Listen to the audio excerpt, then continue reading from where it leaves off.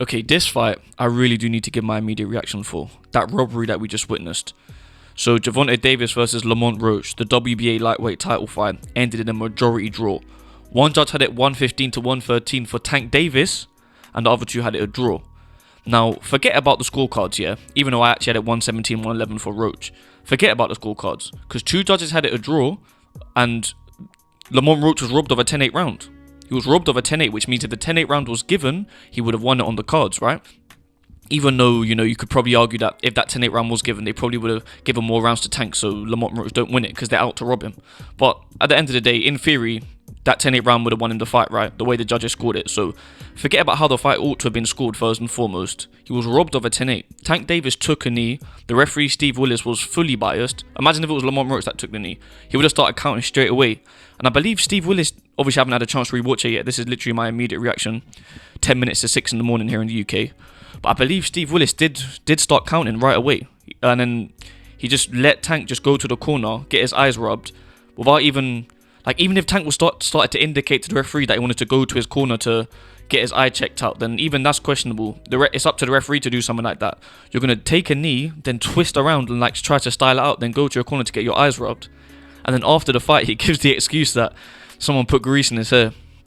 It's actually so cliche, isn't it? Because everyone's been grilling Tank lately, saying he's a diva, this and that. And then now he's like, oh yeah, the grease is getting in my eye because I got my hair done, which is diabolical.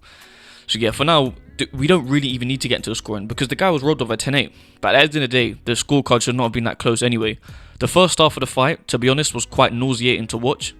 Watching the first half of the fight though, I know this is so easy to say in hindsight, but I didn't see Tank getting the knockout because Lamont Roach just didn't look like he was going to get knocked out. Like, you look at the Frank Martin fight, yeah, he was outboxing, outpointing Tank early, but he looked shook in there. Lamont Roach didn't look shook, but it was on Lamont Roach as well that the first half of the fight was so boring. But you got the commentary giving these little narratives like, oh, Tank Davis, he's a slow starter, but get ready. So these first few rounds, they're building like it's it's just Tank getting ready, and then you're going to think round 6 or 7, you're just going to wipe him out with a left uppercut or something. But that's not what happened. So me watching this thinking, I'm pretty sure Tank's not going to get a knockout here. I was thinking that the whole fight was going to be boring like it was the first half. So I'm thinking, what are they going to say when the fight finishes? When it's 12 rounds of this boringness and the action doesn't pick up. But the action did pick up in the second half of the fight. But it picked up fully in favour of Lamont Roach. So the first half was boring, barely anything happened. There was barely anything in any of the rounds, but you probably give more of those to Lamont Roach as well. And then the second half of the fight, Lamont Roach was beating him up. He was making Tank uncomfortable. He was making Tank want to quit. Yes, he took the knee. He looked like he wanted to quit in there. The right hands were making him uncomfortable. I don't know if the shot he went down from was really a hard shot, but he took the knee. And he got rocked a bunch of times. To be fair to Tank, the times he did get rocked, he came back swinging. He took the shots well. But yeah, I'm speechless after that. I'm absolutely speechless. I think that was an absolute robbery.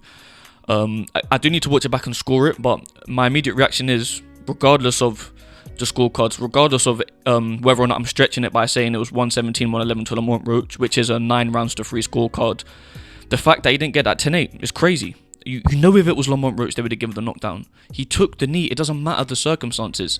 So, of course, Steve Willis was purely biased there. It was A-side stuff going in Tank Davis' favour. So, robbery on the cards, robbed of a 10-8.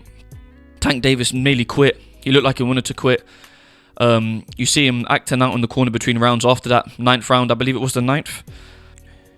Yeah, it was indeed the 9th. I'm just reading my scorecard now. Gave round 9 to Roach. In bracket, should be a 10-8, lol. I wrote on my scorecards. So, yeah. Lamont Roach came in as a huge underdog as well. I'm sure a lot of people bet on him trying to make a, going for the long shot there. And those people that bet on Lamont Roach were robbed of their money. I'm sure those of you who watch my channel could probably guess that I bet on him. So, yeah, it's tough, man. He was never going to win that fight. No matter what. They were never going to give it to him on the cards. He had to knock him out. He nearly did a good few times, but again, I do have to say fair play to Tank for, staying on his feet, but not fair play for taking a knee and getting away with it. Not fair play for having the first boring half of the fight. Lamont Roach started taking it to you, and then, he only starts throwing shots back when Lamont Roach is really putting the work on him. And yeah, I think people have really had enough of Tank Davis. It's all come crumbling down because, people are criticising his fights. His last opponent, Frank Martin. People are saying Tank's fighting like a bum once a year. That's his new thing. and he just wins a robbery against one. Even if he won this fight, but even if the first 6 rounds happened how they did and they won it in round 7, it wouldn't be impressive anyway, because Lamont Roach was such a big underdog, because he wasn't a live opponent, he was stepping up from super feather. But the fact that you won a robbery over the guy, I think it really is coming crashing down on Tank Davis here. I wonder what's next for him. I want to see the rematch. We don't know what they'll do for the rematch, you know. It's just so unfortunate that Lamont Roach couldn't get the knockout, because he had probably the best performance he could have in there and didn't come out with a win. And if they do a rematch, they're probably gonna do some diabolical stuff, like, I don't know if they're gonna do a weight clause or something. Tank Davis is not just gonna run it back with him, plain and simple. I think something nasty could be in the works for the rematch. Lamont Roach could have something behind the scenes coming his way. I don't want to get too conspiracy theorist here, but it's getting a bit, you know what I'm saying now with Tank. I don't wanna go crazy on conspiracy theories, but I'm just not happy about that verdict. But I do want to congratulate Lamont Roach for his performance. Commiserations to the people that bet on Lamont Roach. That would have had a nice payout. Even if you put a bit of change in it, the payout would have been nice. He was such a big underdog.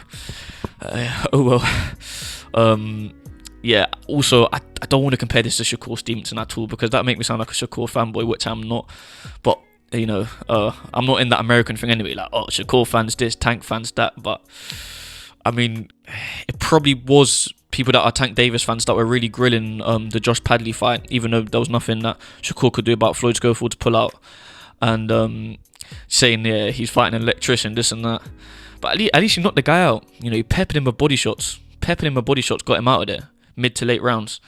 And then this happens to Tank. And Lamont Roach is obviously a better fighter than Josh Padley in that he's a former world champion. But if you look at the odds, Josh Padley was barely a bigger underdog than Lamont Roach was. I think on the bookie I was using, Lamont Roach is actually a bigger underdog against Tank than Josh Padley was against Shakur by like 0.5 on decimal odds, or plus 50, or, you know, however you want to translate it. But that's just insane. That is actually insane what we've just witnessed. I'm excited to hear whether or not they're going to run it back. And yeah, the Tank Davis post-fight interview was diabolical. The fans were booing him, rightly so. He's got a taste of it now. I just do really think it's all crumbling down on him. So we'll see where it goes from here. But you guys, let me know what you think about all that in the comments. And you have been listening to O.M.E Boxing.